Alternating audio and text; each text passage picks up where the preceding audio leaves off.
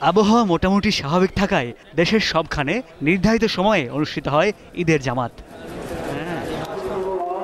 এবারও দেশের সবচেয়ে বড় জামাত অনুষ্ঠিত হয় কিশোরগঞ্জের শোলাকিয়া ঈদগাহ মাঠে। সকাল 10টায় শুরু হয় নামাজ। গত বছরের নাশকতার ঘটনার প্রেক্ষিতে এবার কড়া নজরদারি রাখে র্যাব, পুলিশ সহ অন্যান্য আইনশৃঙ্খলা বাহিনীর সদস্যরা। ঐতিহাসিক শোলাকিয়া ঈদগাহ ময়দানে এবছর ঈদ উল ফিতরের 190তম ঈদ জামাত অনুষ্ঠিত।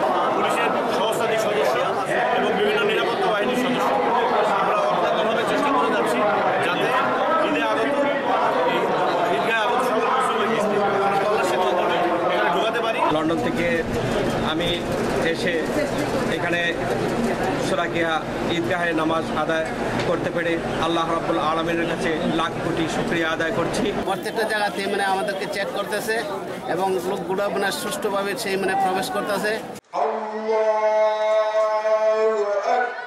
চট্টগ্রামে ঈদের প্রধান জামাত অনুষ্ঠিত হয়েছে জামিয়া ফালাহ জাতীয় মসজিদ ময়দানে।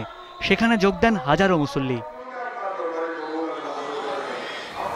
রাজশাহীর হযরত শাহ মখদুম রহমাতুল্লাহি আলাইহি কেন্দ্রীয় ঈদগাহ ময়দানে ঈদের জামাত হয় সকাল 8টায়।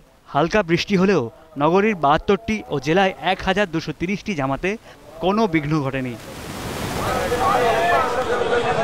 খুলনা টাউন জামে মসজিদে ঈদের জামাতে যোগ দেন প্রশাসনের কর্মকর্তারা সহ নগরীর বিশিষ্টজনেরা। নগরীর 31টি ওয়ার্ডের বিভিন্ন মসজিদ ও ঈদগাহে হয় ঈদের জামাত। সিলেটে বৃষ্টি উপেক্ষা করে ঐতিহাসিক শাহী ঈদগাহ ময়দানে সকাল 9টায় ঈদের জামাতে যোগ দেন মুসল্লিরা। হযরত শাহজালাল রহমাতুল্লাহি আলাইহির দরগাহে জামাত হয় সকাল 8:30টায়। বরিশালে সকাল 8:30টায় প্রধান জামাত অনুষ্ঠিত হয় নগরীর কেন্দ্রীয় হেমায়েতুদ্দিন ঈদগাহ ময়দানে।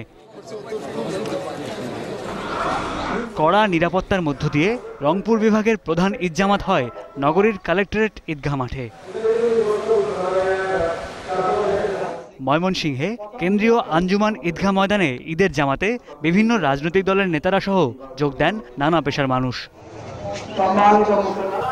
এছাড়া বগুড়া, দিনাজপুর, পটুয়াখালী, নোয়াখালী, নেত্রকোনা, নওগাঁ, কুমিল্লা, ফরিদপুর, কুষ্টিয়া, কক্সবাজার, পঞ্চগড় ও যশোর সহ দেশের সব জেলাতেই শান্তিপূর্ণ পরিবেশে অনুষ্ঠিত হয় ঈদ উল ফিতরের জামাত।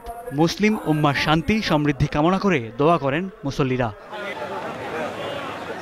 রাশেদুল আলম রাসেল, 21 টেলিভিশন।